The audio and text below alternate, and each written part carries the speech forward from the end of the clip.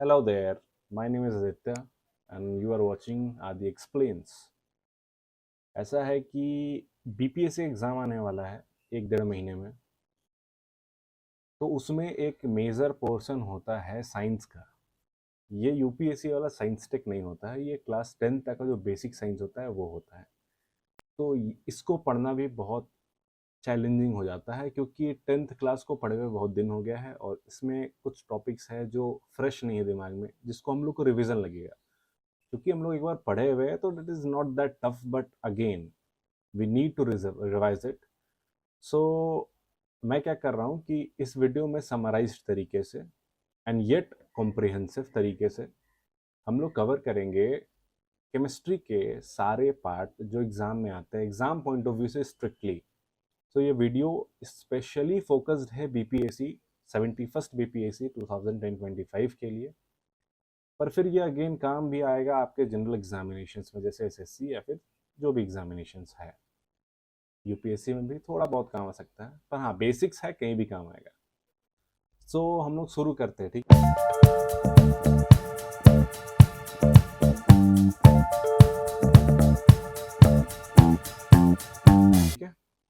आज हम लोग पढ़ेंगे सीधा केमिस्ट्री साइंस में। तो हम लोग शुरू करेंगे एटम से। ध्यान बोर्ड पर रहना चाहिए और दिमाग भी बोर्ड पर रहना चाहिए, दोनों चीज़ नेसेसरी है। एक ही बार में समझ में आ जाएगा, बस एक ही बार में बैठो और सही तरीके से बैठो। एक पेन और पेपर ज़रूर लेके बैठो उसको स्क्राइब करने के लिए, क्योंकि केवल वीडियो देखोगे कोई फ़ायदा नहीं होगा। 1.5x पे करना है, 1.25 पे करना है, तुम्हारी मर्जी है, पर पहला वीडियो धीरे देखो क्योंकि दिमाग को प्रोसेस करने में भी टाइम लगता है। So let's get started. Atom क्या होता है हम लोग सबको ही जानते हैं। एटम होता है अणु, मतलब कोई भी पार्टिकल है। जैसे मान लीजिए स्टाइलस है, तो इसका जो सबसे छोटा एलिमेंट, इस एलिमेंट का जो सबसे छोटा पार्टिकल होगा वो होगा एटम। ठीक है। तो एटम क्या है कि एटम को डिस्कवर कौन किया था? तो हम लोग दो चीज जानते हैं। इंडिया का पर्सपेक्टिव से इसको ऋषि कनांद ने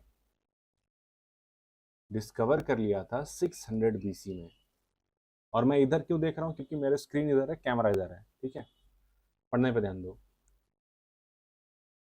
और एटम को अंग्रेजों के हिसाब से डेमोक्रिटस ने फाउंड किया था 450 बीसी में। ठीक है। तो ऑब्वियसली बात है कि हम लोग जो भी फाइंड किए थे, हम लोग का डॉक्यूमेंटेशन प्रॉपर नहीं, इसलिए पता नहीं चला। तो एटम को हम लोग मानेंगे अंग्रेज के हिसाब से 450 बीसी में डेमोक्रिटस। और डेमोक्रिटस जो वर्ड के इस्तेमाल किए थे वो था एटोमियो वर्ड का इस्तेमाल। बाद में इसी से वर्ड आया एटम। पेन का कलर थोड़ा चेंज कर लेता हूँ। ठीक है, अब हम लोग नेक्स्ट पेज में चलेंगे। और ये था एटम क्या है क्या नहीं है। अब हम लोग बात करेंगे फादर के बारे में। एग्जाम आता है who is father of chemistry and all. तो फादर ऑफ मॉडर्न केमिस्ट्री एक ये है, और दूसरे हैं father of modern chemistry in India. दोनों अलग व्यक्ति हैं। तो हम लोग फादर ऑफ मॉडर्न केमिस्ट्री बोलते हैं एंटोनियो लेवोइजर को। एंटोनियो लेवोइजर को। ठीक है। और father of modern chemistry in India हम लोग बोलते हैं प्रफुल्ल चंद्र राय जी को। प्रफुल्ल चंद्र राय जी को। अब इन दोनों का, चूंकि ये दोनों इतने बड़े हस्ती है, तो हम लोग इन दोनों का जानेंगे कि ये लोग क्या कंट्रीब्यूशन किए थे। तो सबसे पहले हम लोग बात कर लेते हैं एंटोनियो लेवाइजर का। तो क्या होता है कि एलिमेंट फाउंड होता है, ये इलेक्ट्रॉन नहीं एलिमेंट है। एलिमेंट फाउंड हुआ था 1766 में। कुछ फैक्ट्स है जो आँख के सामने है अभी के लिए। तो 1976 में हेनरी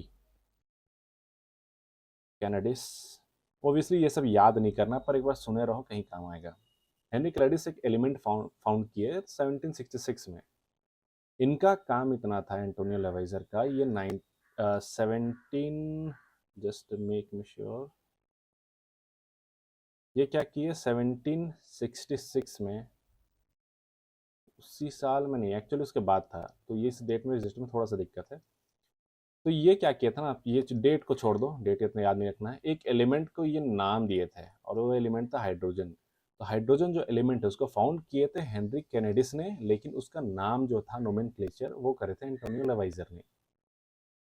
प्रफुल्ल चंद्र राय ने क्या किया था, एलिमेंट्स को मेटल्स, नॉन मेटल्स और मेटालॉइड्स में डिस्टिंग्विश करा था।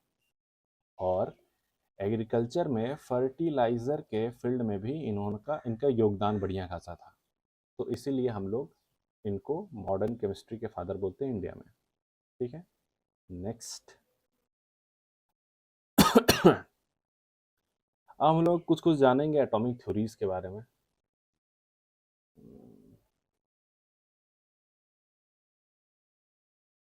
हैंड राइटिंग से थोड़ा बेयर कर लेना,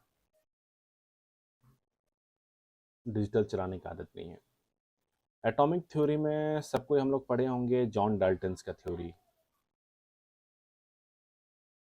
जॉन डाल्टन का थ्योरी आया था 1908 में। ठीक है, थ्योरी के अंदर नहीं जाना है क्योंकि वो फिर दिक्कत हो जाएगा। हालांकि हम लोग कुछ जानेंगे। इनका कहना था कि एटम जो है वो 3 चीज़ों से बना है। पहला है प्रोटॉन, दूसरा है न्यूट्रॉन और लास्ट वाला है इलेक्ट्रॉन। आप लोग नोट्स बनाओगे, नहीं तो स्क्रिबल कम से कम करो, काम आएगा। हम लोग स्लो चलेंगे, आराम से चलेंगे। प्रोटॉन का, just let me check, mic काम कर रहा है and recording must be on. Recording भी चालू है, ज़रूरी है देखना भाई। तो प्रोटॉन को डिस्कवर किए थे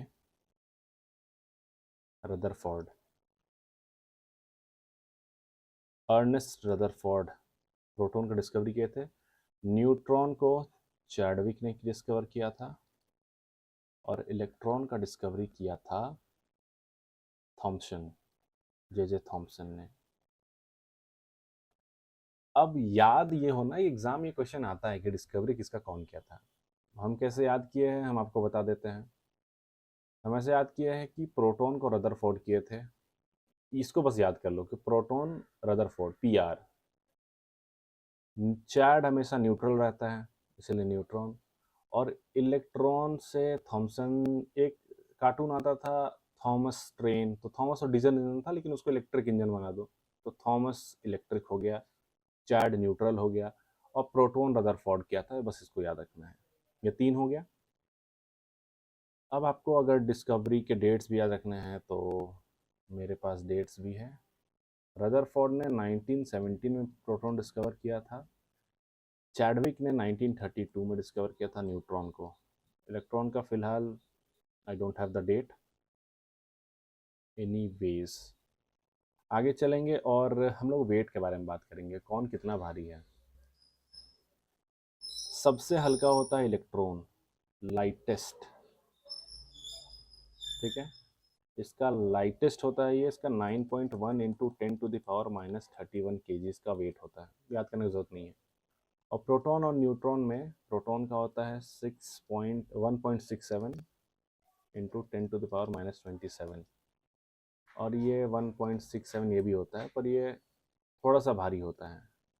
तो सबसे हल्का हो गया इलेक्ट्रॉन, सबसे हल्का।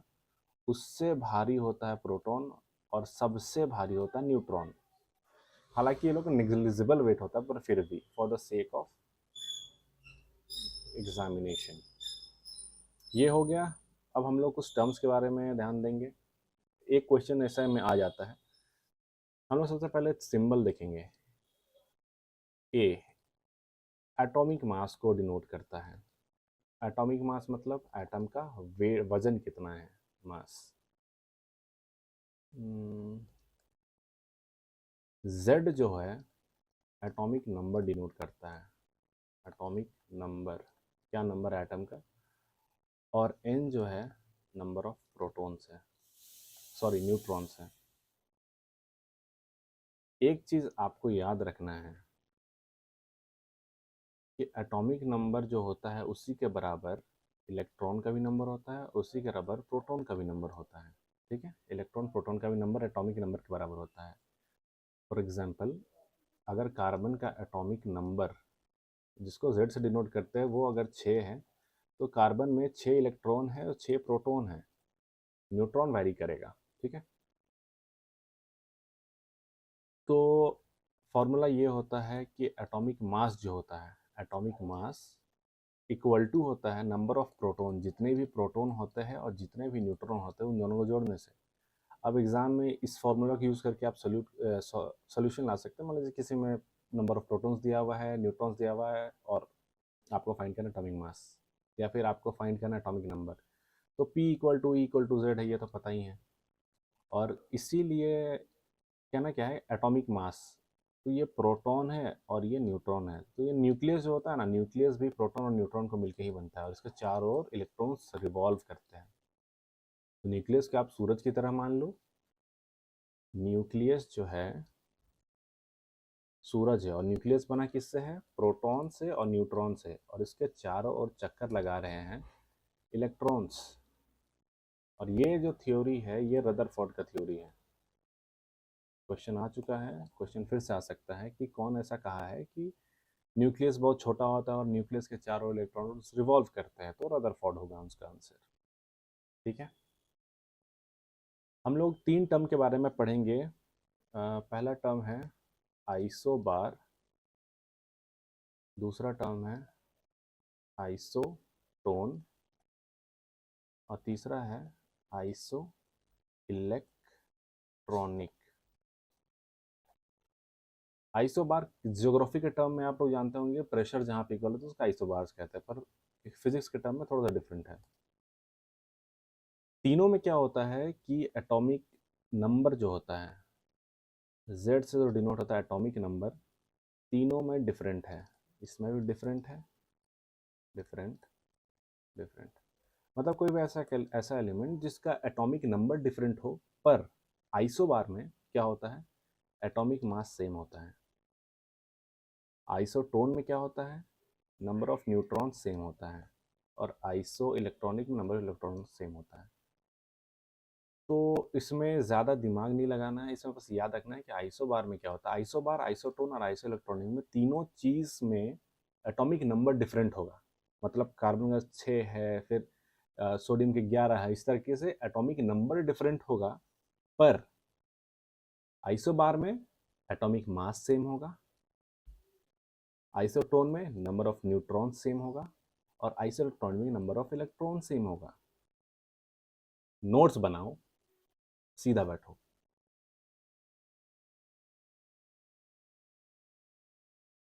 नेक्स्ट हम लोग पढ़ेंगे, नील बोर का एक मॉडल है।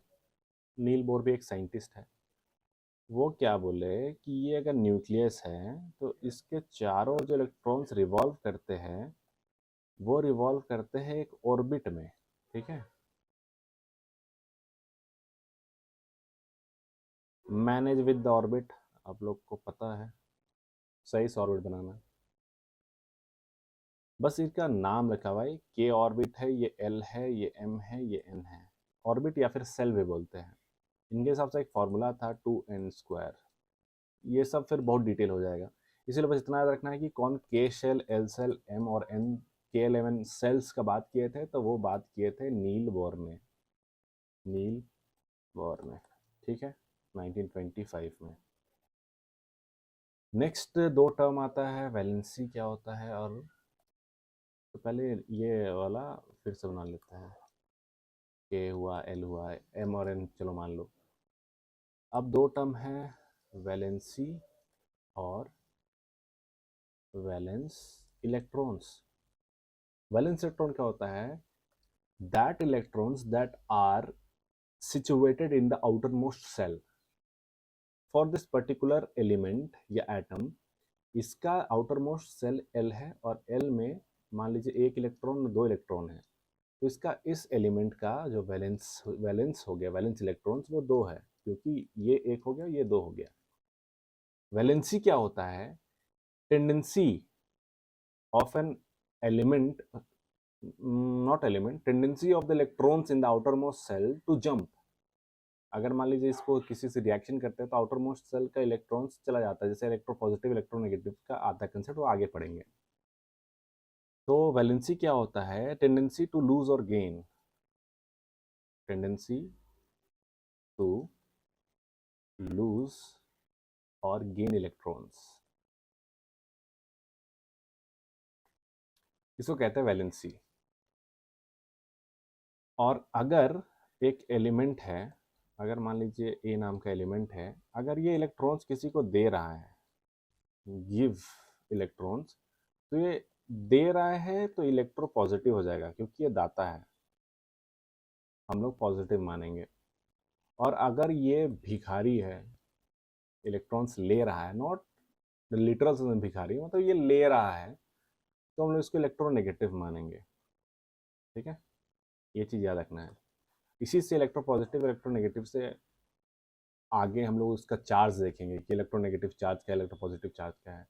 तो इसी बात से एक चीज़ याद आया कि एग्जामिनेशन में एक और सवाल पूछता है बीपीएससी बहुत ज़्यादा, अल्फा, बीटा, गामा और एक्स रे, इसका चार्ज पूछता है। तो याद रखना है अल्फा जो है वो पॉजिटिवली चार्ज होता है, बीटा जो है वो नेगेटिवली चार्ज होता है, लेकिन गामा जो है ये नो चार्ज है, गामा न्यूट्रल होता है, और एक्सरे भी न्यूट्रल होता है, नो चार्ज। तो इसका न्यूट्रल होने से क्या होता है कि इसको इलेक्ट्रोमैग्नेटिक फील्ड का इसको इस पे असर नहीं होता है, वो डिस्टॉर्ट नहीं कर सकता है। तो अल्फा और बीटा का चार्ज याद रखना है, और गामा और एक्सरे का चार्ज याद रखना है। और गामा और एक्सरे चूंकि न्यूट्रल है तो इस पे इलेक्ट्रोमैग्नेटिक फील्ड का असर नहीं होता है, तो ये बात भी आपको याद रखना है।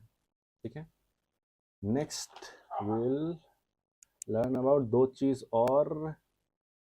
दो चीज़ ऐसे ही आउट ऑफ रैंडम है कि आपने मैटर पढ़ा होगा कि just a minute, states of matter, solid, liquid और गैस।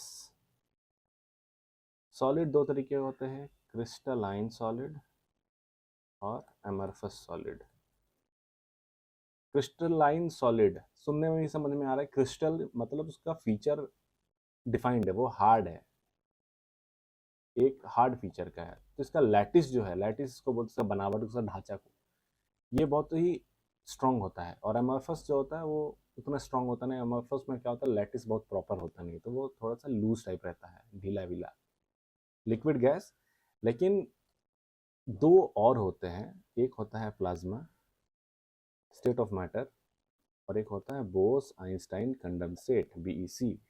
इसका डिस्कवरी किए थे 1912 में, 1920 में, बोस आइंस्टाइन, बोस और आइंस्टाइन मिलके,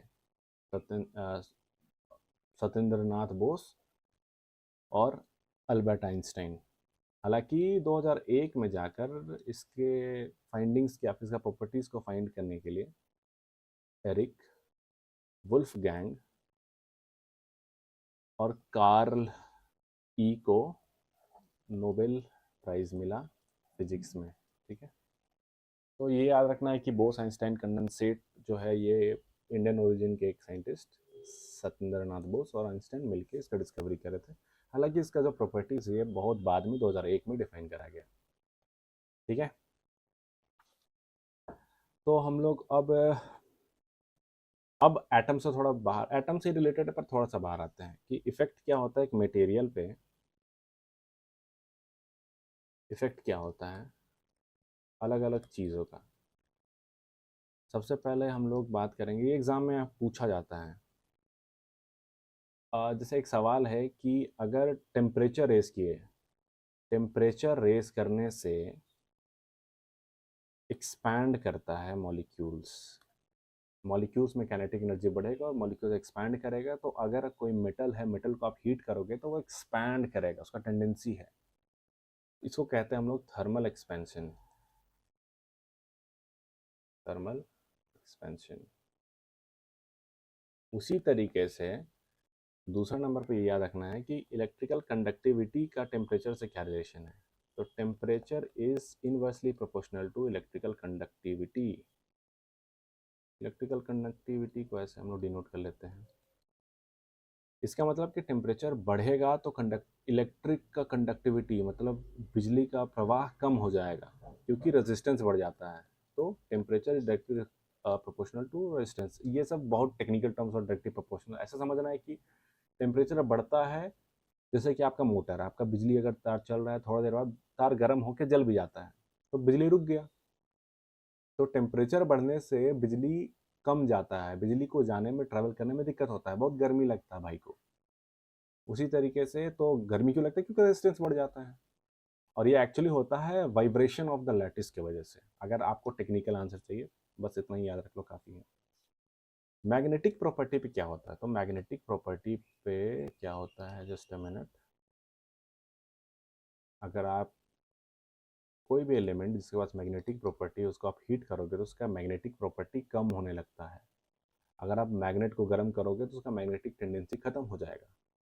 इसी से रिलेटेड एक टर्म है क्यूरी टेम्परेचर।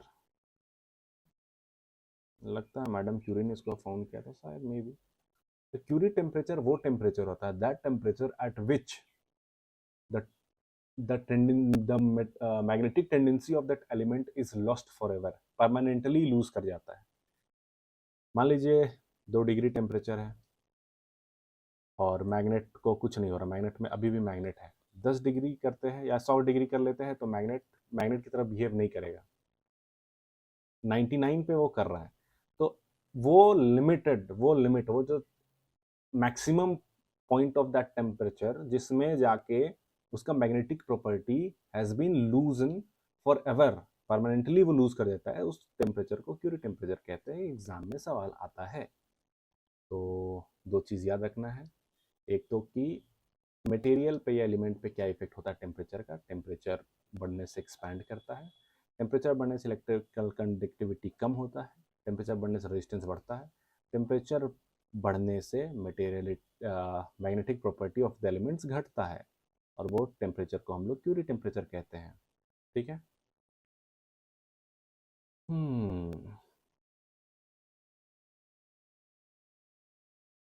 नेक्स्ट हम लोग पढ़ेंगे मॉडर्न पीरियोडिक टेबल के बारे में।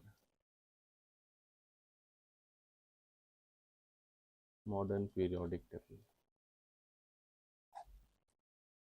और चूंकि मॉडर्न पीरियोडिक टेबल दिखने में जितना इजी है उतना इजी एक्चुअली होता नहीं है, क्योंकि या फिर जितना टफ लगता है उतना टफ है नहीं आपके लिए। इसमें 4 नाम याद रखना है। सबसे पहले है डोबेनियर का, स्पेलिंग पे ध्यान नहीं देना है। दूसरा है न्यूलैंड का।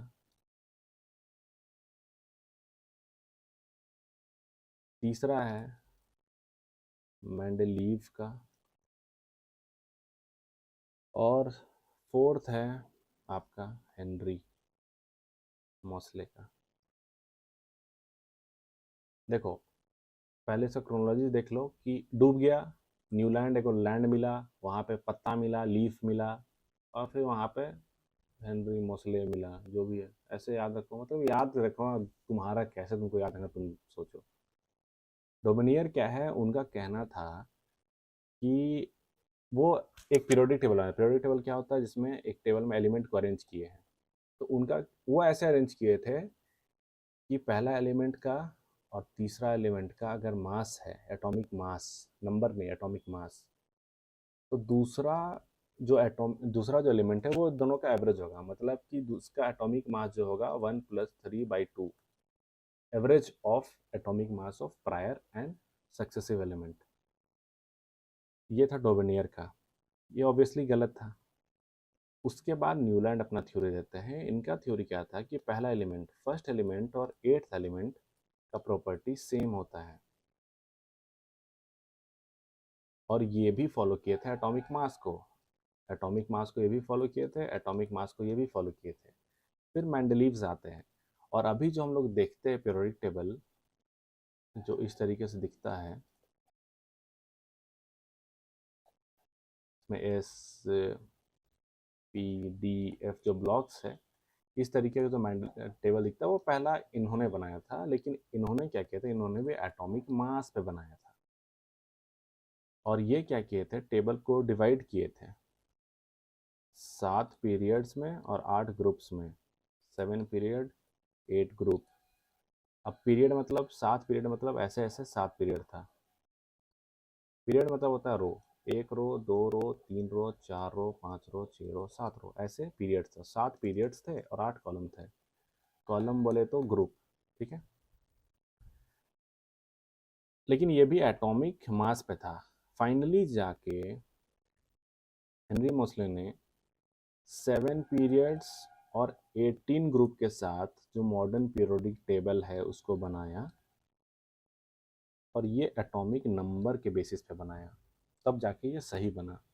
उससे पहले सब अंदाज़ा लगा रहा था। लेकिन चूंकि ये स्ट्रक्चर पीरियड्स और ग्रुप्स वाला मेंडलीव्स में दिया था, हम लोग पढ़ते हैं फादर ऑफ पीरियोडिक टेबल जो है वो है मेंडलीव्स, ठीक है। 1872 में इन्होंने बनाया के दिया था। लेकिन मॉडर्न पीरियोडिक टेबल जो आज हम लोग फॉलो करते हैं वो हेनरी मोसले के द्वारा बनाया गया है, और आज तक टोटल 118 एलिमेंट्स मिल, टोटल हम लोग को पता है नोन एलिमेंट्स। अब हम लोग कुछ कुछ बात करेंगे, जैसे कि एसपीडीएफ ब्लॉक मैंने बना दिया था, फिर से बना देता हूँ।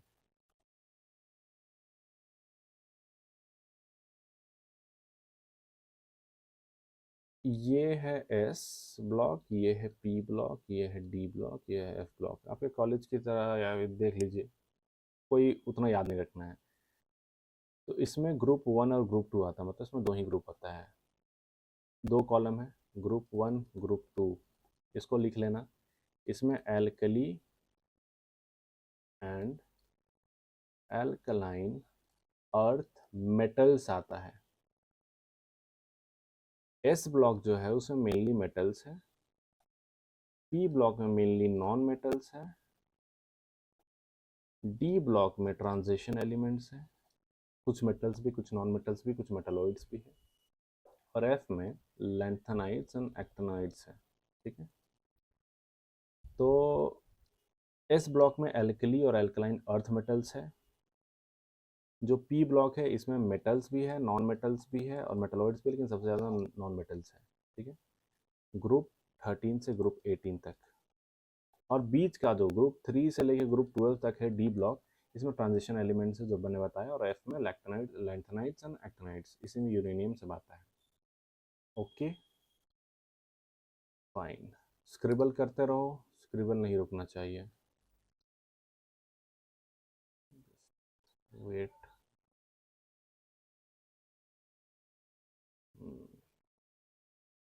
ठीक। नेक्स्ट हम लोग 2 चीज़ और देख लो इसी में। लोग कहता है अब एग्जाम में क्या आएगा, going down the period, going along the period और गोइंग डाउन द ग्रुप, वो चीज़ ध्यान रखना है।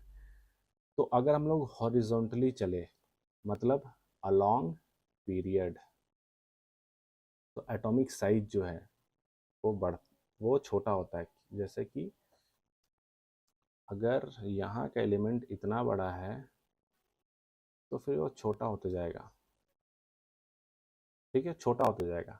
Atomic size along the period, horizontal जब जाओगे छोटा होगा। क्यों? क्योंकि इधर चार्ज बढ़ेगा, और चार्ज अगर बढ़ता है तो न्यूक्लियस का चार्ज बढ़ा, वो अपनी ओर खींचने लगेगा सबको, तो वो छोटा होते जाएगा।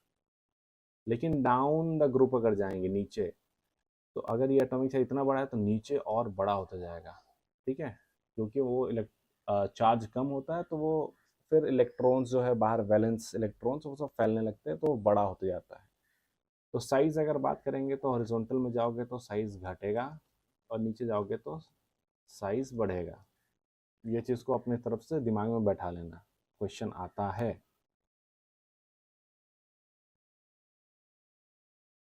और एक चीज़ मैंने बताया कि लेफ्ट साइड में पीरियोडिक टेबल का मेटल है जो एस ब्लॉक था, राइट साइड में नॉन मेटल्स है, बीच में मेटलॉइड्स है। मेटलॉइड्स वैसा वैसा एलिमेंट्स होता है, मेटलॉइड्स, जो मेटल का भी प्रॉपर्टी शो करता है और नॉन मेटल का भी प्रॉपर्टी शो करता है। मेटल्स एंड नॉन मेटल्स का प्रॉपर्टीज हम लोग आगे पढ़ेंगे, लेकिन मेटलॉइड्स बीच का ऐसा चीज़ है जो दोनों फॉलो करता है। जैसे एग्जांपल है इसका सिलिकॉन। वो मेटल का भी टेंडेंसी शो करता है, नॉन मेटल का भी टेंडेंसी शो करता है। ठीक है, हम लोग अब कुछ फैक्ट्स जानेंगे, बहुत बेसिक से फैक्ट्स है, कुछ ज़्यादा नहीं है बट थोड़ा बहुत है। अ,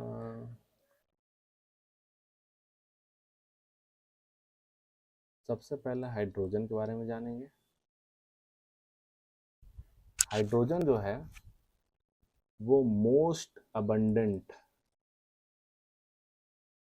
एलिमेंट इन द यूनिवर्स है। यूनिवर्स में सबसे ज़्यादा हाइड्रोजन है एलिमेंट।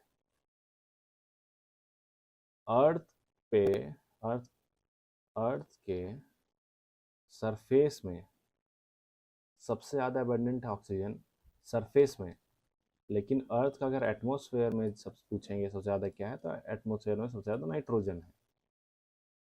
सेकंड सबसे most abundant element after oxygen is silicon. ठीक है, इसीलिए हम लोग पढ़ते ज्योग्राफी में कि हम लोग के पास सियाल होता है, सीमा होता है, तो सिलिकॉन सबसे ज़्यादा है, उसके बाद सबसे पहला ऑक्सीजन है, फिर सिलिकन है। अगर सबसे एबंडेंट मेटल पूछ लेगा तो सबसे एबंडेंट मेटल है एल्यूमिनियम हम लोग के पास अर्थ में। उसके बाद हीलियम जो है वो एब्सोल्यूट ज़ीरो पे, मतलब 0 डिग्री पे हर चीज़ सॉलिडिफाई हो जाता है, लेकिन ये फिर 0 डिग्री पे भी लिक्विड में रहता है हीलियम। जो एडवर्टीजमेंट बोर्ड्स होते हैं जिसमें एड्स लगता है, उसमें लाइट अंदर जल रहा होता है, वो लाइट जल तो रहा होता है लेकिन एडवर्टीजमेंट बोर्ड के अंदर एक गैस भरा होता है जो अनर्ट गैस होता है, वो नियॉन होता है। आर्गन जो होता है वो बल्ब में होता है, जो पहले बल्ब आता था उसमें आर्गन रहता था, एडवर्टीजमेंट बोर्ड में नियॉन रहता है। नियॉन क्यों होता है? नियॉन का टेंडेंसी होता है येलो ऑरेंज जलने का। जब वो हीट, जब उसमें इलेक्ट्रिसिटी जाता है तो उसका टेंडेंसी उसके इलेक्ट्रॉन्स कलर एमिट करता है। हाइड्रोजन जो है वो लाइटेस्ट एलिमेंट भी है। इसके अलावे टोटल एलिमेंट्स मैंने बताया था 118 है, जिसमें मेटल्स 90, नॉन मेटल्स जो है वो 20 और मेटलॉइड्स जो है 6 है। ये हालांकि वैसे याद करने के नहीं है पर फिर भी दिमाग में रख सकते हैं। Mic is recording, let me check the video. The video is also recording.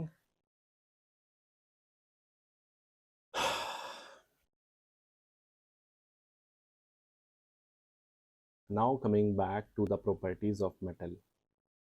ये exam of point of view से बहुत ज़्यादा इम्पोर्टेंट है। मेटल के प्रॉपर्टीज जानेंगे। मेटल क्या करता है? लूज करता है इलेक्ट्रॉन। लूज करता है मतलब ये डोनेट करता है, और डोनेशन में क्या बताया था मैंने? इलेक्ट्रो पॉजिटिव होता है। इलेक्ट्रॉन लूज करता है, उसका सिंबल है ये, और ये इलेक्ट्रो पॉजिटिव इसको कहते हैं। हम लोग कंफ्यूज कर जाओगे।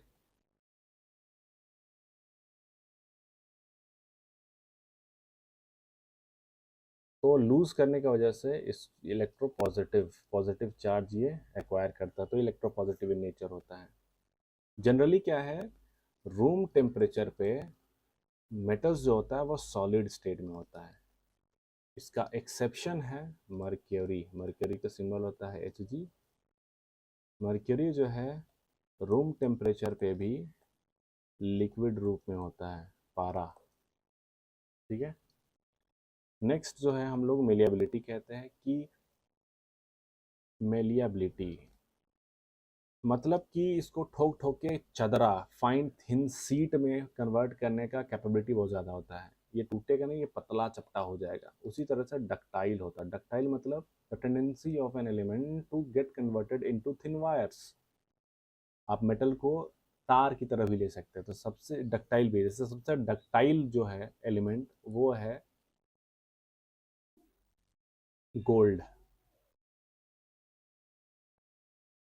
उसके बाद ड्यूरेबल होता है मेटल, बहुत मजबूत होता है, जल्दी टूटता नहीं है। मेटल क्या होता है? गुड कंडक्टर, मतलब सुचालक होता है इलेक्ट्रिसिटी का और हीट का, मतलब हीट और इलेक्ट्रिसिटी दोनों मेटल के थ्रू आराम से पास हो सकता है। जनरली क्या होता है, मेटल का डेंसिटी बहुत ज़्यादा होता है। एक्सेप्शंस का हम दो बात कर लेते हैं। एक्सेप्शन, इसमें एक्सेप्शन है कि ड्यूरेबिलिटी जो है, जो सोडियम और पोटेशियम है ये भी मेटल है, लेकिन ये सब बहुत ब्रिटल होता है, तुरंत हाथ से टूट जाता है ये सब। मेटल्स हीट बहुत अच्छा पास करते हैं, लेकिन एक्सेप्शन है lead. Lead is a bad conductor of heat. तो ये दो चीज़ हो गया। जनरली मेटल का क्या होता है कि मेल्टिंग पॉइंट और बॉइलिंग पॉइंट बहुत हाई होता है, एक्सेप्ट सोडियम का और पोटेशियम का। बहुत जल्दी ये लोग गल जाते, ये मेल्ट हो जाते हैं। और इसमें भी सबसे जल्दी मेल्ट होता है सोडियम, फिर पोटेशियम, और सबसे लेट से लिथियम। ये कंपैरिजन आता है, मेल्टिंग पॉइंट सबसे ज़्यादा किसका होता है? लिथियम का। Next we will talk about the chemical properties of metal.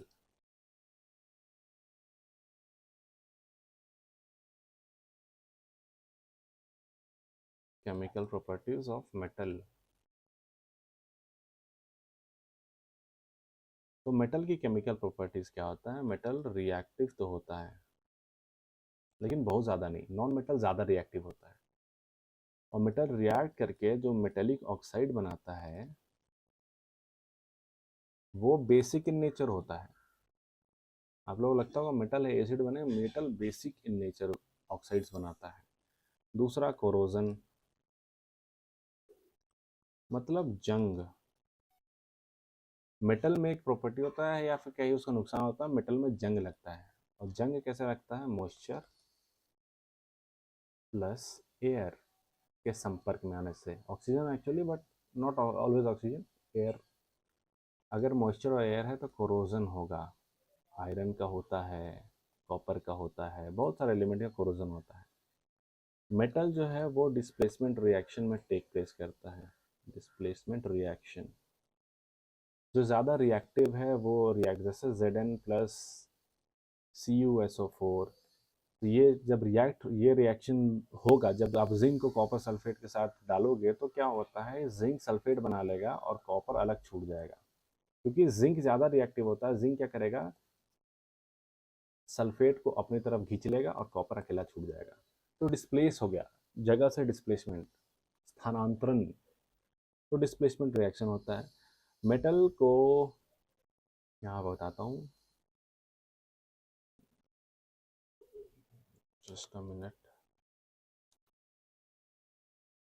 Metal when reacts with water, वो क्या करेगा, मेटेलिक ऑक्साइड्स बनाएगा, हाइड्रोक्साइड्स बनाएगा, सॉरी, प्लस हाइड्रोजन गैस। और मेटल जब एसिड से रिएक्ट करता है, मेटल प्लस एसिड, तो वो मेटल सॉल्ट्स बनाएगा और साथ में हाइड्रोजन गैस रिलीज करेगा। लेकिन यहाँ पर एक कैच है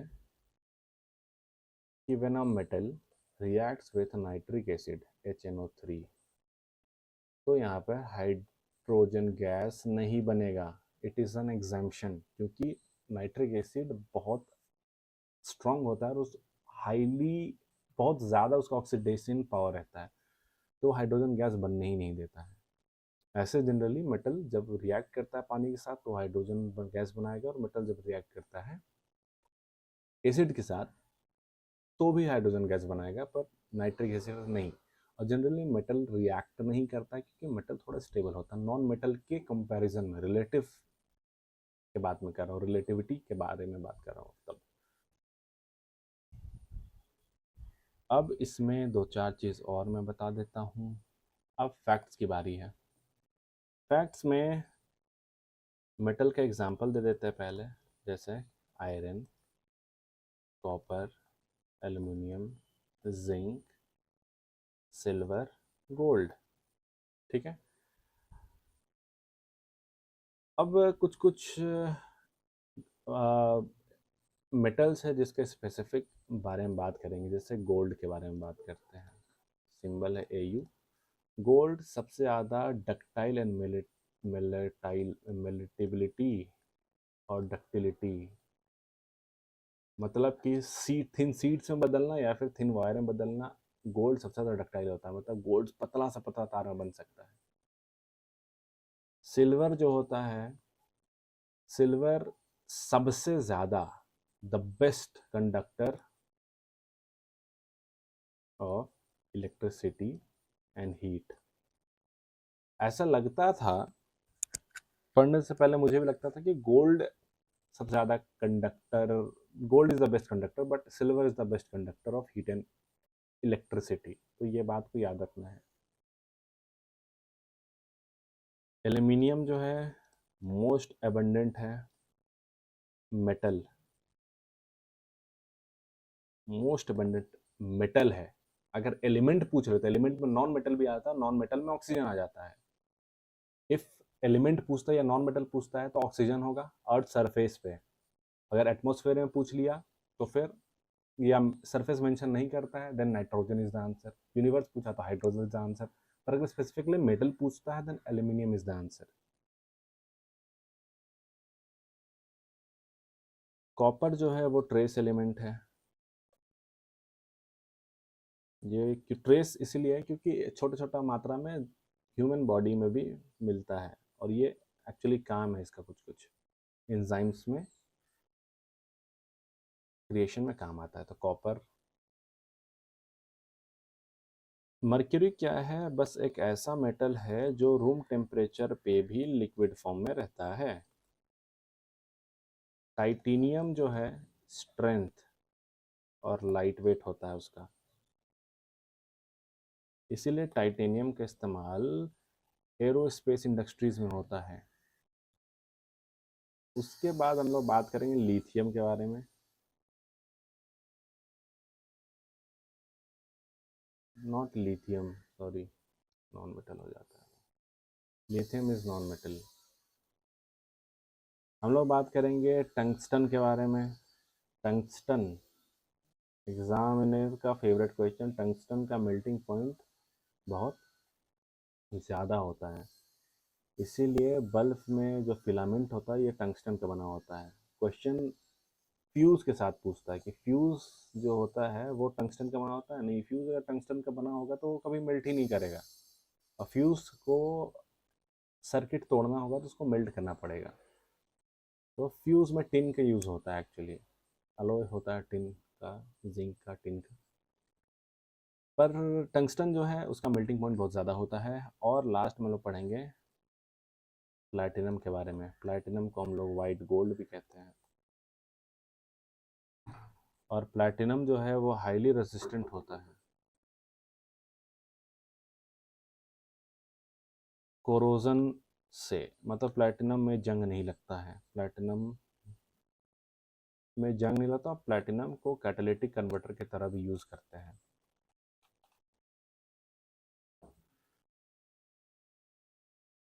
now we'll talk about non-metals.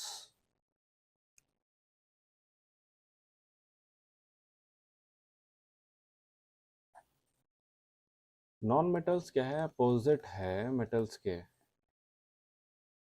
इसका मतलब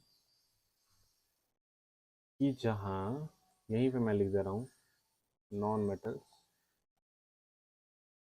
नॉन मेटल्स क्या है? गेन करता है इलेक्ट्रॉन्स, तो वो इलेक्ट्रॉन नेगेटिव होता है। नॉन मेटल्स, अच्छा अलग ही पेज में बता देता हूँ। नॉन मेटल्स जो है वो इलेक्ट्रो नेगेटिव होता है क्योंकि वो गेन करता है, बीच में लेता है वो। उसके बाद नॉन मेटल्स का एक और प्रॉपर्टी होता है कि वो डक्टाइल नहीं होता है, उसको आप थिन शीट्स में नहीं बदल सकते हैं वायर में एक्चुअली। वो मेलेटाइल भी नहीं होता, उसको आप थिन शीट्स में, वो ब्रिटल होता है, वो तुरंत टूट जाएगा। उसके बाद इसमें एक्सेप्शन है ना, डायमंड। डायमंड जो है वो स्ट्रॉन्गेस्ट मतलब वो बहुत हार्डेस्ट सब्सटेंस है, हार्डेस्ट सब्सटेंस ऑन अर्थ। तो डायमंड जो है वो हीट का गुड कंडक्टर है, और ग्रेफाइट जो है, ग्रेफाइट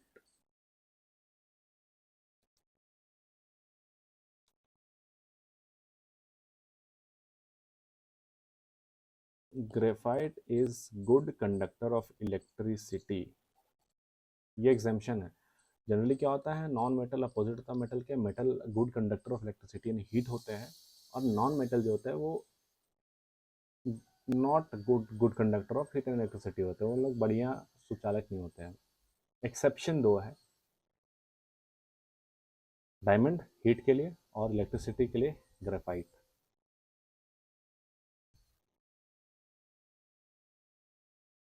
जो नॉन मेटल्स हैं वो जनरली सॉलिड या फिर गैस में मिलते हैं,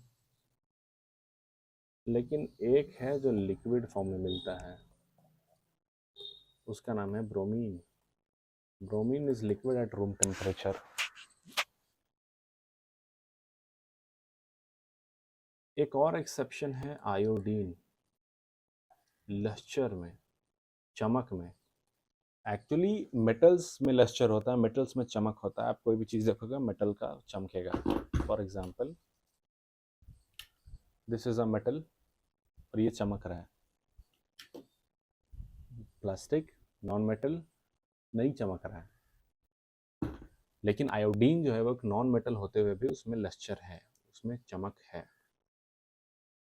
ठीक है। अब इसका केमिकल प्रॉपर्टीज के बारे में हम बात करेंगे, नॉन मेटल्स के बारे में। नॉन मेटल्स एक्चुअली ज़्यादा रिएक्टिव होते हैं, more reactive than metals. Metals ज़्यादा रिएक्टिव होते हैं।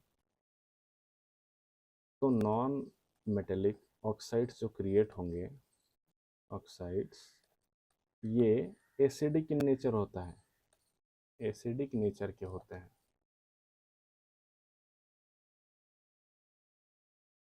और गैस में अगर एग्जांपल देखोगे तो फ्लोरीन, नाइट्रोजन, ऑक्सीजन, जो भी गैस है सारे नॉन मेटल्स है। और सॉलिड में अगर आप बात करोगे तो carbon, sulphur, iodine, phosphorus. Phosphorus जो है वो प्लांट के और ह्यूमन के डीएनए फॉर्मेशन में भी काम आता है। और कार्बन जो है वो हार्डेस्ट है among non metals, not metals, non metals. So this is all about metals, non-metals, its physical properties, its chemical properties, the atoms, uh, the periodic table, and some important names in the history, such as the father of modern chemistry in India, the Bose-Einstein condensate, the Mendeleev's periods, the atomic theory of Dalton, the founder of neutron, proton, and electrons. तो ये हुआ एक segment. जो next segment हम लोग बात करेंगे, next segment हम लोग बात करेंगे जो एग्जाम में बहुत ज़्यादा था, ये अंडरस्टैंडिंग के लिए ज़रूरी था, आगे जो है पूरी एग्जाम के लिए ज़रूरी है। उसमें हम लोग बात करेंगे ओर्स का। ओर्स के बाद हम लोग बात करेंगे मेटलर्जी का, टेक्निक्स और प्यूरिफिकेशन का, क्या क्या होता है। फिर हम लोग बात करेंगे कोरोजन के बारे में, और कैसे कोरोजन होता है, अलग अलग बचाव तरीका क्या होता है कोरोजन का, एनोडेशन, एनोडिक रिएक्शन क्या होता है, कैथोडिक रिएक्शन क्या होता है। देन हम लोग बात करेंगे अलॉयज के बारे में, जो एग्जामिनर, बीपीएससी के एग्जामिनर का बहुत फेवरेट टॉपिक है। फिर हम लोग बात करेंगे केमिस्ट्री इन डेली लाइफ। हम लोग कुछ एंटीसेप्टिक्स के बारे में बात करेंगे, कुछ एंटीपायरेटिक्स के बारे में बात करेंगे, एंटीबायोटिक क्या होता है वो जानेंगे, एंटासिड के बारे में जानेंगे। फिर सोप एंड डिटर्जेंट चैप्टर को हम लोग पढ़ेंगे। सोप एंड डिटर्जेंट के बाद हम लोग फ्यूल के बारे में पढ़ेंगे, एसिड्स एंड बेसिस के बारे में पढ़ेंगे, carbon and its compound, and finally उसके बाद कुछ बहुत मिसलेनियस टॉपिक्स है, and then we finally will complete this video. So the next segment हम लोग जंप करेंगे, which are ores and metals. So now we are moving to the second segment. So before moving to second segment I would like to have a word with you. अगर आप अभी तक ये video यहाँ तक देखे हैं then take a moment and appreciate yourself that in this era of short term attention, you are retaining attention for such a long time. So appreciate yourself for that. And now, as per our plan, we are going to learn about ores. So what is ore? ore क्या होता है? ore वो material होता है जिसमें metal या फिर non metal साथ में कुछ और इम्प्योरिटीज जुड़े हुए रहते हैं, और उससे फिर हम लोग मेटल या फिर एलिमेंट निकालते हैं, जिस प्रोसेस को हम लोग कहते हैं मेटलर्जी। ठीक है, the process is known as metallurgy, and metallurgy किससे निकालते हैं हम लोग? ओर से। Now will learn about some important ores जो एग्जाम में आएगा। सबसे पहले आयरन। आयरन का दो ओर होता है, याद रखना है, ज़्यादा भी होता है पर दो याद रखिए, हेमाटाइट और मैग्नेटाइट। हेमाटाइट और मैग्नेटाइट ये दोनों मेजर ओर है, और एक लिमोनाइट भी याद कर सकते हैं, लिमोनाइट। अपार्ट फ्रॉम दैट, अब दूसरा एलिमेंट हम लोग याद करेंगे एल्यूमिनियम के बारे में। तो एल्यूमिनियम का ओर होता है बॉक्साइट। फिर हम लोग बात करेंगे कॉपर के बारे में। कॉपर के में आपको रखना है चैल्कोपाइराइट, मेलेक्चाइट और अजुराइट। ये तीन याद रखना है। इसको आपको देखना पड़ेगा, मेरे प्रोनाउंसिएशन पे ज़्यादा ध्यान दो क्योंकि सब चीज़ लिखा हुआ नहीं है, बहुत सारा चीज़ है इसमें। ठीक है, लेड जो होता है, लेड का है गिलैंड और केरूसाइट। फाइन। जिंक का दो और याद रखना है, स्फेलेराइट और स्मिथ स्टोन। गोल्ड का याद रखना है इलेक्ट्रम। उसके बाद हम लोग सिल्वर का याद रखेंगे अर्जेंटाइट, अर्जेंटाइट। निकल का गैरेनराइट। उसी तरीके से कुछ और है ओर्स जिसको हम लोग को ध्यान में रखना है, and that is tin, cassiterite. Then calcium का याद रखना होगा, कैल्शियम का इंपॉर्टेंट है, limestone, gypsum and marble. These are the ores of calcium. Mercury का याद रखना है सिनेबार, ये आता है। उसके बाद एक आर्सेनिक का याद रख सकते हैं, आर्सेनिक का होता है रिगलार, और फिर एक बेरियम का याद रख लेते हैं, बेसाइट। ये सब याद नहीं करना है, बस एक नज़र इस पर डाल के रखना, क्योंकि एग्जाम में अगर क्वेश्चन आए देन यू शुड नो कि उसके आसपास क्या है। मान लीजिए एग्जाम में क्वेश्चन आता है कैल्शियम का, या फिर कैल्शियम आसान हो जाएगा, मान लीजिए आर्सेनिक आता है और ऑप्शन में सिनेबार, तो आपको भले आर्सेनिक का नहीं पता होगा, लेकिन अगर आपको सिनेबार का पता होगा कि सिनेबार मर्क्यूरी का ओर है, then you can eliminate the option, और you can correct, you can mark the correct option. इसीलिए ये याद रखना है। Now will going to learn about the process of purifying ore, that is known as metallurgy. Metallurgy में क्या होता है, एक वर्ड है गैंग, इसका मतलब होता है इम्प्योरिटीज। ठीक है, हम लोग मेटल को निकाल लेंगे, काम का है, और गैंग को हटा देंगे। तो इसमें सबसे पहला जो हम लोग मेथड पढ़ेंगे वो है ग्रेविटी मेथड। इसमें क्या होता है कि जो मेटल होता है वो हल्का होता है या भारी होता है, और गैंग जो होता है वो भारी होता है। कचरा कचरा नीचे बैठ जाता है और मेटल जो है प्योर मेटल वो ऊपर तैरता है। फ्रोथ मेसन, तो ग्रेविटी का एक है फ्रोथ फ्लोटेशन मेथड। फ्रोथ मतलब होता है झाग। तो झाग करने के बाद क्या होता है, सरफेस पे ओर्स आ जाता है। ये किया जाता है स्पेशली सल्फाइड ओर्स के लिए, और नीचे गैंग जमा हो जाता है। Next process is known as by extraction. अब एक्सट्रैक्शन में क्या, ये ब्रॉड है, ब्रॉड मेथड। उसके अंदर फिर और मेथड्स है, जैसे पायरोमेटलर्जी। पायरो मतलब होता है हीट, मतलब कोई भी चीज़ को हीट करके उसका और निकालना। अब इसमें भी दो तरीके आपको याद रखने होंगे। पहला होता है रोस्टिंग। रोस्टिंग में क्या होता है, आप हीट दे रहे हो लेकिन विथ अनलिमिटेड एयर, मतलब उसमें एयर का प्रेजेंस का कोई लिमिट नहीं है। दूसरा आता है कैल्किनेशन। इसमें क्या है, इसमें भी आप हीट दे रहे हो लेकिन जो एयर है वो लिमिटेड है। So this is the process of pyrometallurgy. फिर हाइड्रोमेटलर्जी है। The next page may be.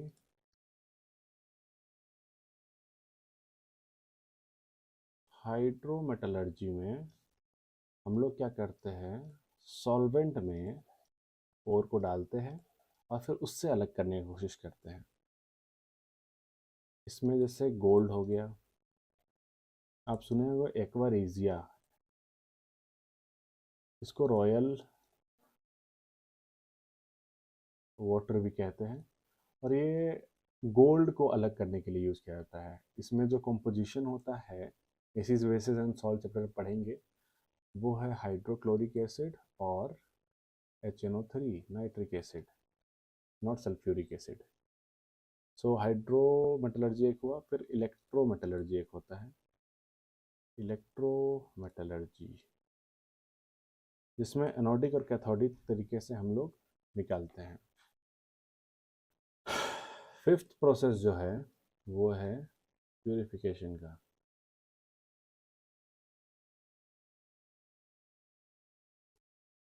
Purification bye distillation, detail में नहीं जाना है। डिस्टिलेशन में क्या होता है कि लो मेल्टिंग पॉइंट्स वाले मेटल को, जिसका मेल्टिंग पॉइंट कम होता है, वो लोग को डाला जाता है। फिर उसी तरीके से दो और तरीके होते हैं, इलेक्ट्रो रिफाइनिंग और जोन रिफाइनिंग। इतना याद नहीं रखना है, मेनली यही सब होता है। हाइड्रोमेटलर्जी और फ्रोथ फ्लोटेशन से क्वेश्चन बनता है, ये वाले से, फ्रोथ फ्लोटेशन से, ग्रेविटी मेथड से, और पायरो मेल्टिंग से रोस्टिंग और कैल्सिनेशन याद रखना है। सो नाउ हम लोग पढ़ेंगे कोरोजन। कोरोजन के बारे में हम लोग पहले जान चुके थे, ठीक है। नाउ हम लोग पढ़ेंगे फैक्टर्स, फैक्टर्स ऑफ कोरोजन। जंग लगने का क्या क्या फैक्टर होता है या फिर किस चीज़ पर डिपेंड करता है। तो अगर पीएच लेवल कम हो, मतलब कि एसिडिक अगर माहौल है, उसमें कोरोजन बढ़ेगा। मतलब एसिडिक अगर है, अगर एसिड रेन होता है तो लोहा में जंग जल्दी लगेगा। टेम्परेचर ज़्यादा होता है तो कोरोजन बढ़ता है। मतलब अगर ह्यूमिड हॉट टेम्परेचर है तो टेम्परेचर बढ़ेगा हॉट ह्यूमिड क्लाइमेट में। फिर अगर इम्प्योरिटीज़ है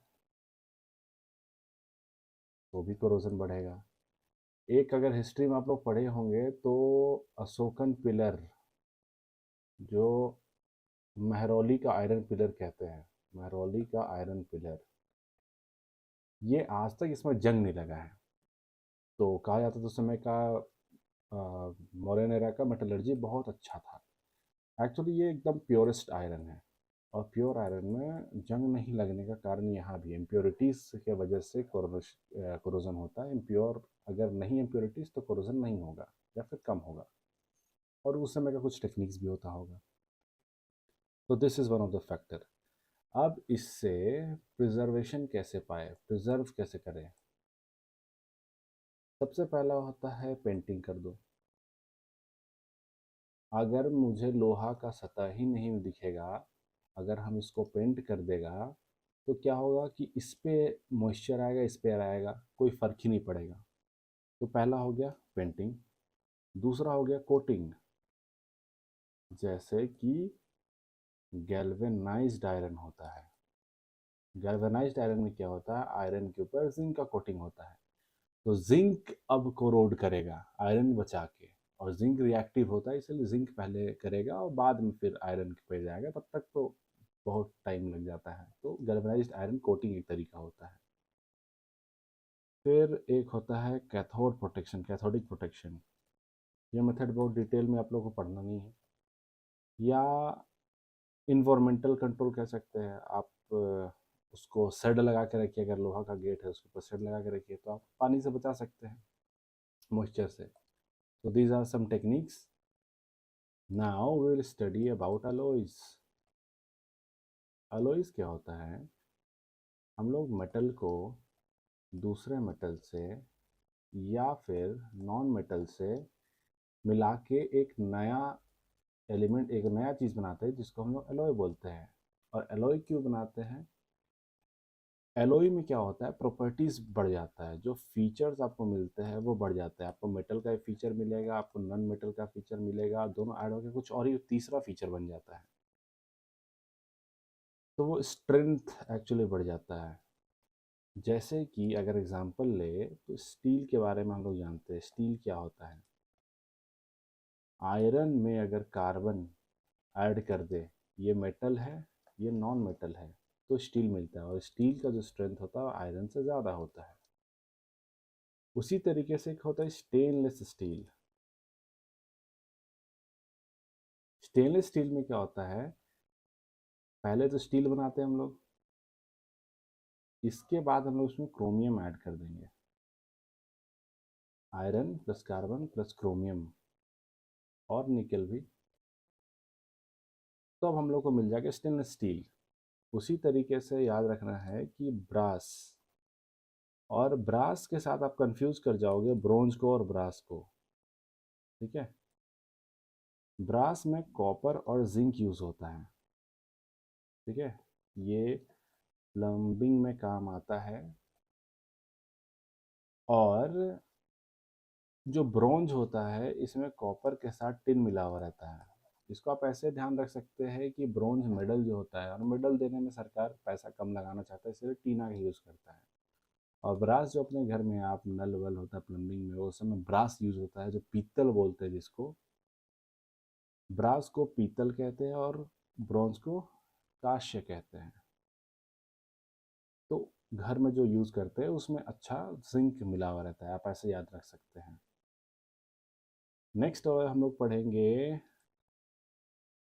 एल्यूमिनियम में अगर कॉपर, मैग्नीशियम और सिलिकॉन मिला दे तो एक अलॉय बनता है, जिसको हम लोग यूज़ करते हैं एरोस्पेस इंडस्ट्री में, क्योंकि ये लाइट और ड्यूरेबल हो जाता है। उसी तरीके से एक एमलगम होता है। एमलगम में क्या होता है, एमलगम में खा जहाँ आप एमलगम मिले वहाँ पे दो कंपोनेंट तो मिलेगा ही, उसमें से एक मर्क्यूरी हो जाएगा, दूसरा चाहे मेटल हो या चाहे नॉन मेटल हो, एक एलिमेंट आपको फिक्स पता है, एक एलिमेंट आपका होने वाला है मर्क्यूरी। तो दिस इज अमेलगमेशन या फिर अमेलगम, ठीक है। और एक बात बहुत इंपॉर्टेंट है, अमेलगम में मर्क्यूरी में सारा मेटल लगभग मिल जाता है सिवाय एक के। आयरन जो होता है वो मरकरी से रिएक्ट ही नहीं करता, आयरन क्योंकि बहुत ज़्यादा स्टेबल होता है, तो आयरन का अमेलगम नहीं बन सकता है, ये याद रखना है। तो ये क्वेश्चन आता है। एमलगम का इस्तेमाल कहाँ होता है, यूजेस डेंटल फिलिंग में, जो दांत में जो कैविटी होता है, तो ये कैविटी को भरने के लिए यूज़ किया जाता है amalgam. Silver amalgam use generally किया जाता है, और भी कुछ एलिमेंट डाल सकते हैं, गोल्ड सिल्वर जो भी है। उसी तरीके से सोल्डरिंग आयरन जो होता है, जिससे सोल्ड कहा जाता है इलेक्ट्रॉनिक्स को, उसमें यूज़ किया जाता है टिन का और कॉपर का, ठीक है।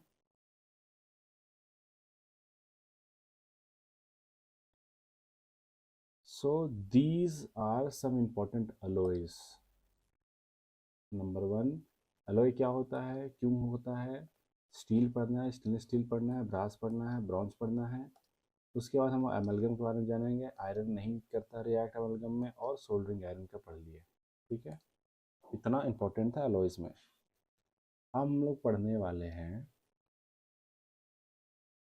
Chemistry in daily life. Chemistry in daily life, ये बड़ा इंटरेस्टिंग चैप्टर है। तो इसमें हम लोग कुछ दवाइयाँ पहले पढ़ते हैं, दवाई के टाइप्स। तो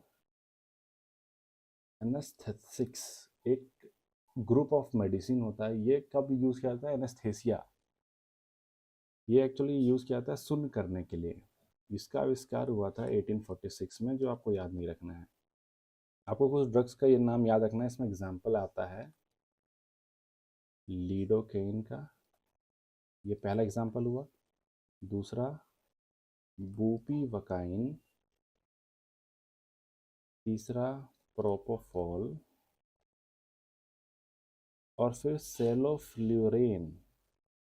सेरोफ्लुरेन को इसलिए याद रखना है क्योंकि सेलोफ्लुरेन जो है वो स्प्रे वाला है, इनहेल करना है उसको, उसी से काम हो जाता है। बाकी सब इंजेक्ट करना पड़ता है।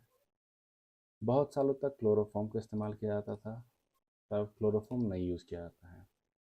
तो एनेस्थेटिक्स जो दवाई है वो सुन करने के लिए होता है। क्वेश्चन आएगा एनेस्थेटिक्स के बारे में, ये सब एग्जाम्पल बस देखा होना चाहिए। नेक्स्ट हम लोग पढ़ेंगे एंटीसेप्टिक के बारे में। एंटीसेप्टिक क्या होता है? वैसा ग्रुप ऑफ दवाई जो आपको माइक्रो ऑर्गेनिज्म से बचा के रखे। जैसे कोई घाव होता है तो उसमें फिर माइक्रो ऑर्गेनिज्म, बैक्टीरियल ग्रोथ या फिर माइक्रो ऑर्गेनिज्म का ग्रोथ, माइक्रोब्स का ग्रोथ होता है, उस चीज़ को रोकने के लिए होता है। जैसे अल्कोहल, इथेनॉल वही होता है, या फिर आइसोप्रोपेनॉल। टिंचर ऑफ आयोडीन, ये याद रखना एंटीसेप्टिक है।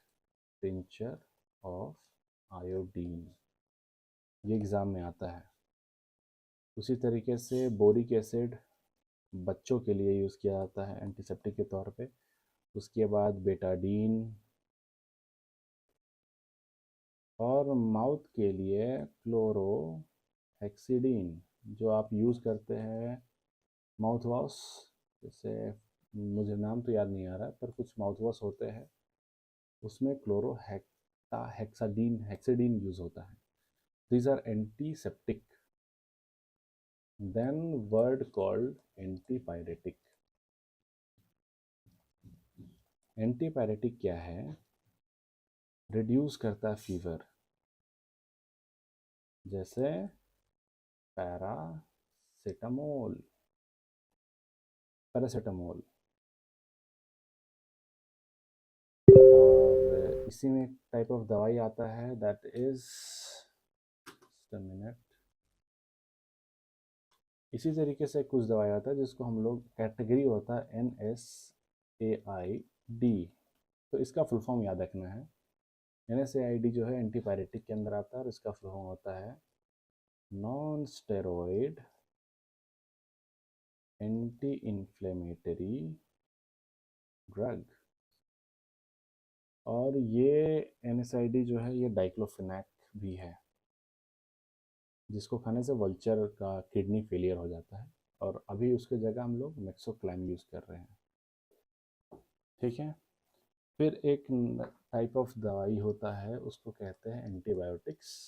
एंटीबायोटिक्स जिसके बारे में आप बहुत फैमिलियर होंगे। ये होता है बैक्टीरियल ग्रोथ को रोकने के लिए। और पहला जो एंटीबायोटिक था वो था पेनिसिलिन। इस पे क्वेश्चन आता है। और पेनिसिलिन का 1929 में डिस्कवर किया गया था बाय अलेक्जेंडर फ्लेमिंग। इस पे क्वेश्चन आता है एंटीबायोटिक्स पे। टोटल 6 टाइप ऑफ एंटीबायोटिक्स है। Not antibiotics but actually 6 type of penicillin है, natural penicillin. 6 type of natural penicillin आते हैं।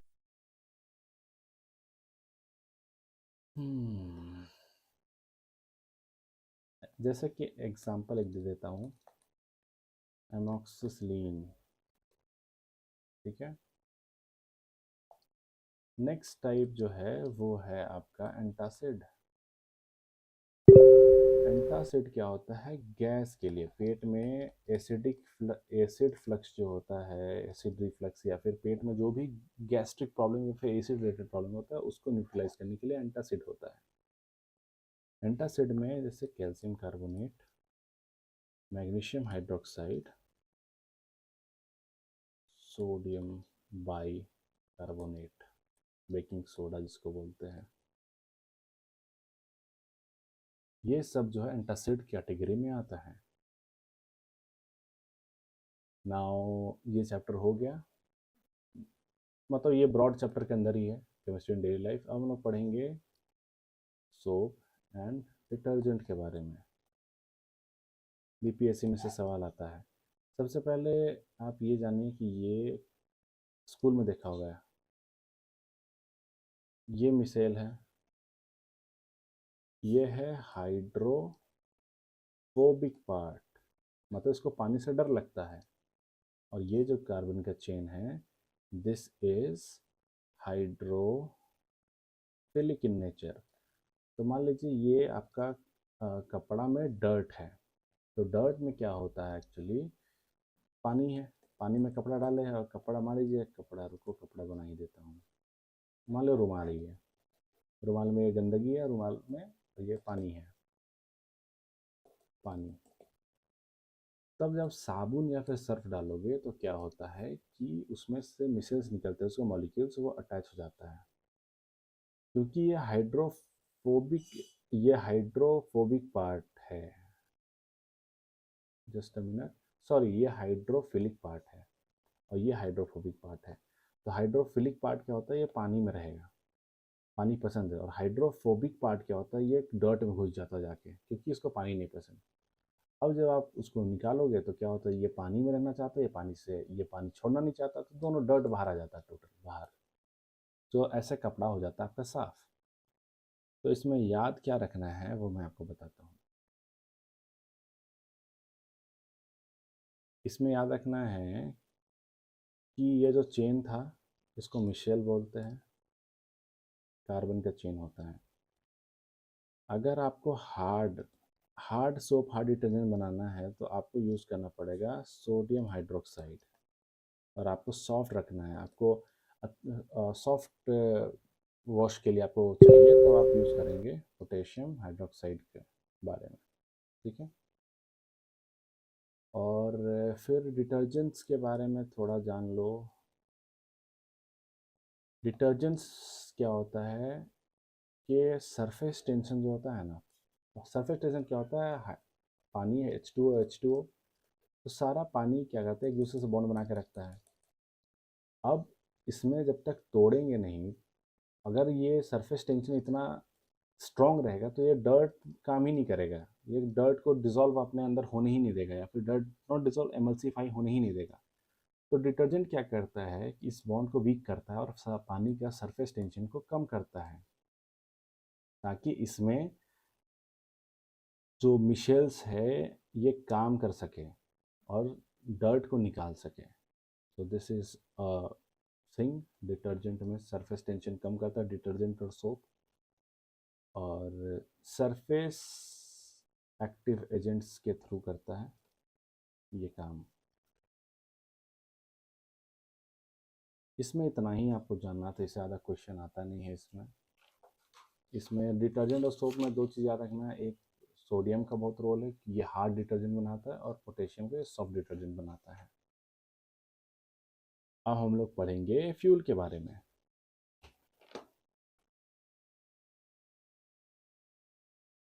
फ्यूल हम लोग तीन तरीके के जानते हैं फिलहाल, एक होता है पेट्रोल, एक होता है डीजल, और एक होता है गैस या नेचुरल गैस जो बोल रहे हैं। तो नेचुरल गैस में आपको पता होना चाहिए, नेचुरल गैस का मेन कंपोनेंट होता है मीथेन। और डीजल और पेट्रोल जो होता है ये आपको पेट्रोलियम का ही प्रोडक्ट है, और ये लिक्विड गोल्ड जिसको कहते हैं। पेट्रोल का जो कैलोरीफिक वैल्यू है, कैलोरीफिक वैल्यू ये ज़्यादा होता है, 45 से 50 किलो जूल पर ग्राम होता है, और डीजल का थोड़ा सा कम होता है, 40 to 45 जूल पर ग्राम। तो कैलोरीफिक वैल्यू पेट्रोल का ज़्यादा होता है, डीजल का कम होता है। ड्राई गैस और वेट गैस दो कंसेप्ट है। ड्राई गैस में मीथेन का यूज़ करेंगे, और वेट गैस जो होता है वो सीएनजी को बोलते हैं। इसमें इथेन, प्रोपेन और ब्यूटेन का भी इस्तेमाल करते हैं। ठीक है, ये वाला पार्ट जल्दी से निकालें क्योंकि इसमें समझने लायक कुछ नहीं, इसमें बस आपको याद करना होगा। आप ये लेक्चर देखिए और एक बार फिर से अपने कॉपी में स्क्राइब करोगे इसको। जब तक स्क्राइब नहीं करोगे, you are not going to learn. ठीक है, now time for acid, bases and salts. तो हम लोग एसिड के बारे में पहले पढ़ते हैं, एसिड का फीचर क्या होता है। तो सबसे पहला बात कि एसिड क्षार होता है, खट्टा होता है। दूसरा, कंडक्टर होता है इलेक्ट्रिसिटी का, गुड कंडक्टर होता है इलेक्ट्रिसिटी का। तीसरा, H+ आयंस निकालता है, ये हाइड्रोजन आयंस। एक्वारीजिया के बारे में मैंने पढ़ा था। Aqua regia hydrogen chloride HCl acid plus HNO3। और HCl अगर होगा, ठीक है, आपका मन में ये हो रहा होगा कि अगर हम HCl की जगह सल्फ्यूरिक एसिड डाल दे तो H2SO4 के साथ नाइट्रिक एसिड डाल दे तो इससे फिर TNT वेंटी बनता है, ट्रीनाइट्रोटोल्यूइन एक्सप्लोसिव्स। तो याद रखना, एक्वारीजिया में हाइड्रोक्लोरिक एसिड होता है। ठीक है, उसके बाद हम लोग बेस के बारे में करेंगे। बेस क्या होता है? बिटर होता है, कड़वा होता है टेस्ट में। बेस जो है वो भी इलेक्ट्रिसिटी का कंडक्टर होता है, क्योंकि दोनों एक्वस सोल्यूशन होता है। और बेस जो है वो OH निगेटिव आयंस बनाता है, मतलब हाइड्रोक्साइड आयंस बनाता है। एसिड जो है H+ आयन बनाता है, और बेस जो है OH आयन बनाता है। एक और चीज़, एसिड क्या करता है कि वेट, एसिड क्या करता है, लिथमस पेपर जो होता है, ब्लू लिथमस पेपर को रेड में बदल देगा। और बेस क्या करता है कि रेड लिथमस पेपर को ब्लू में कन्वर्ट कर देता है। ठीक है, और एक क्वेश्चन आता है कि ये जो लिथमस पेपर में जो आता है ये किस चीज़ से आता है? तो ये लाइचेन से आता है, नेचुरली प्रोड्यूस। लाइचेंस जो होते हैं वो प्रोड्यूस करके देते हैं। लाइचेंस क्या होता है?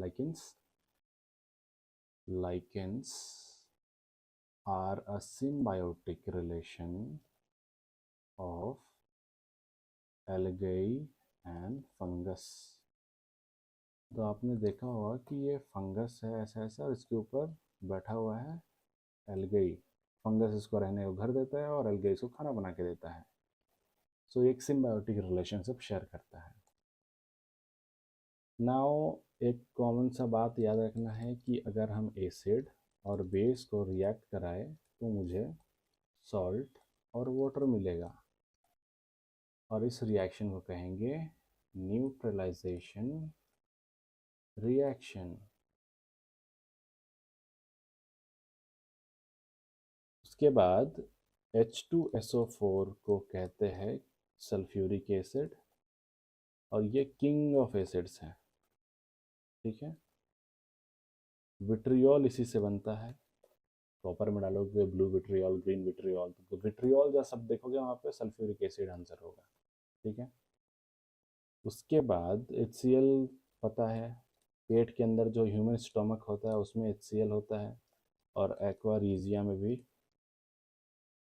HCl का यूज़ होता है। बेस को अगर बात करें तो बेस में सोडियम हाइड्रोक्साइड सोप डिटर्जेंट बनाने में यूज़ होता है। फिर मैग्नीशियम हाइड्रोक्साइड, ये मैंने बताया था एंटासिड, जो पेट में गैस के समय यूज़ किया जाता है। इसी को हम लोग बोलते हैं मिल्क ऑफ मैग्नीशिया। तो यहाँ यूज़ होता है। फिर कैल्शियम हाइड्रोक्साइड जो यूज़ होता है ये ब्लीचिंग पाउडर की तरह होता है, oxychloride, calcium oxychloride bleaching powder में यूज़ होता है। ठीक है, नाउ सॉल्ट्स के बारे में पढ़ेंगे। तो सॉल्ट्स पता है कहाँ से आता है, रिएक्शन से। कॉमन सॉल्ट होता है NaCl, सोडियम क्लोराइड, जो हम लोग खाते हैं। और सोडियम क्लोराइड का एक NaCl जो कॉमन सॉल्ट होता है, इसका एक यूज़ होता है, ये स्नोई एरिया में जहाँ स्नो बहुत पड़ता है वहाँ पे इसका छिड़काव किया जाता है, क्योंकि ये मेल्ट कर देता है स्नो को और वहाँ पे स्नो को रहने नहीं देता है। So this is a use of salt. फिर सॉल्ट का यूज़ होता है वॉशिंग में, डिटर्जेंट बनाने में। फिर एक है सोडियम बेंजोएट, ये भी सॉल्ट है, सोडियम बेंजोएट। सोडियम बेंजोएट क्या होता है, प्रिजर्वेशन के लिए होता है, अचार वचार खाना वाना उसमें सोडियम बेंजोएट का इस्तेमाल करते हैं for preservation. Calcium sulphate into half H2O, ये होता है प्लास्टर ऑफ पेरिस। इसका फॉर्मूला याद रखना, ये क्वेश्चन आता है। नाउ हम लोग जो पढ़ रहे थे कि पीएच वैल्यू चेंज होता है, पीएच वैल्यू, पीएच जो स्केल ये कौन निकाला था, तो इसको निकाला था सोरेनसन, एक साइंटिस्ट है वो, झारखंड के हेमंत सोरेन से आप याद रख सकते हैं, सोरेनसन पीएच। ठीक है, और पीएच का मतलब होता है पावर ऑफ हाइड्रोजन। ठीक है, एसिड रेन कब कहेंगे कि एसिड रेन हुआ, जब उसका 5.5 पीएच वैल्यू से या उससे कम हो तब एसिड रेन कहेंगे। और एक है कि बेसिक, कितना बेसिक होना चाहिए कि रेड लिथमस पेपर को ब्लू में कन्वर्ट कर दे, तो मिनिमम 8.5 होना चाहिए। एक क्वेश्चन है, PYQ है, इस पर ध्यान दीजिए ना तुम लोग। टूथ डिके हो जा करने लगेगा अगर पीएच वैल्यू 5.5 से कम हो, इसीलिए हम लोग टूथपेस्ट का यूज़ करते हैं, ताकि इसका पीएच को बढ़ा सके और इसको बेसिक की ओर ले जा सके। बेसिक में डिके रुकता है, खत्म हो जाता है, कम हो जाता है, एसिड में डिके बढ़ता है। So this is it. Now indicators, indicators में हम लोग एक जानते हैं, लिथमस पेपर हो गया, लिथमस पेपर। उसके अलावे मिथाइल ऑरेंज, ये भी इंडिकेटर है। फिर आता है फिनोप्थलीन, अगर आपका बेसिक नेचर होगा तो वो फिनोप्थलीन कलर चेंज कर देता है पिंक की ओर। उसके बाद लिथमस पेपर लाइकेन से आता है, लाइकेन सिम्बायोटिक रिलेशन है एल्गेई और फंगई के बीच में। उसके बाद ये सिंथेटिक है, और जो नेचुरल में आता है क्लोव, क्लोव ये सब ओडर, इसका महक बदल जाएगा अगर एसिड बेस में जाएगा तो।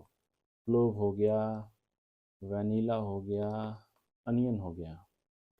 सो ये सब इंडिकेटर ओडोर बेस्ड है और ये सब दिखता है, विजुअल इंडिकेटर्स है। ठीक है, just a minute. Indicators, so this was, so acid base essential salts. Now carbon and its allotrope। तो कार्बन जो है उसका एटॉमिक नंबर 6 होता है, और कार्बन में का एलोट्रॉप्स याद रखना है। नहीं, सबसे पहले बॉन्ड बताता है। कार्बन में सिंगल बॉन्ड भी आता है, carbon carbon double bond, carbon carbon triple bond. तो सिंगल बॉन्ड जो होता है इसको कहते हैं सेचुरेटेड बॉन्ड, तो ये दोनों होता है अनसेचुरेटेड बॉन्ड। सेचुरेटेड बॉन्ड में क्या होता है, इसमें एक सिग्मा बॉन्ड होता है, अनसेचुरेटेड में एक सिग्मा एक पाई, और ट्रिपल में